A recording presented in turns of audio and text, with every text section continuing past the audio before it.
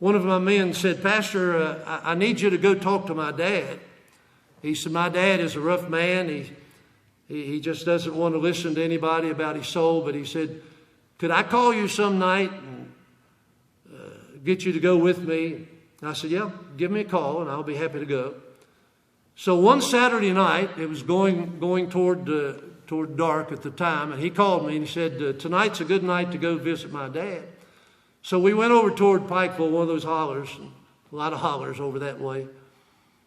And we finally came to the spot, this 2-story white house sitting on a little hill. We stopped. He was driving the car, and he stopped, and I said, well, let's have a word of prayer before we go in. So I prayed and opened my door, and as I got out, I realized he wasn't moving, and I said, why the delay? Aren't you coming?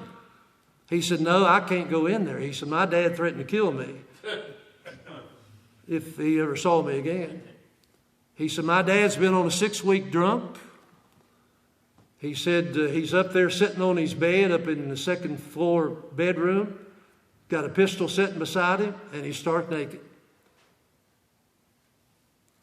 I said, well, I told you I'd go see him, so I'll go see him. I knocked on the door, and there was a man and a woman there taking care of things, and she was white as a sheet. She said, you're not going up there, are you? I said, I promised his son that I would.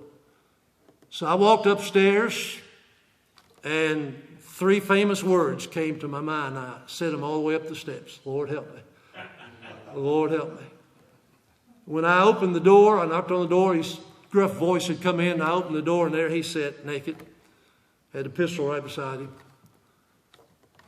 And I called him by his name. I said, your family members are concerned about you. They want you to be saved. You're in bad shape. You're not getting any better. You need to trust Jesus as your Savior. And mister, and I called his name, I want you to realize Jesus died on the cross for you. And he'll save you and get you out of the mess that you're in. And I said, I'll be praying for your salvation. And I backed out and left. Listen, folks, it was God's sufficient grace that took me through that. It's God's sufficient grace that will take us through anything and everything that he lets into our lives because he's in control. We can count on his word to support us. God bless you.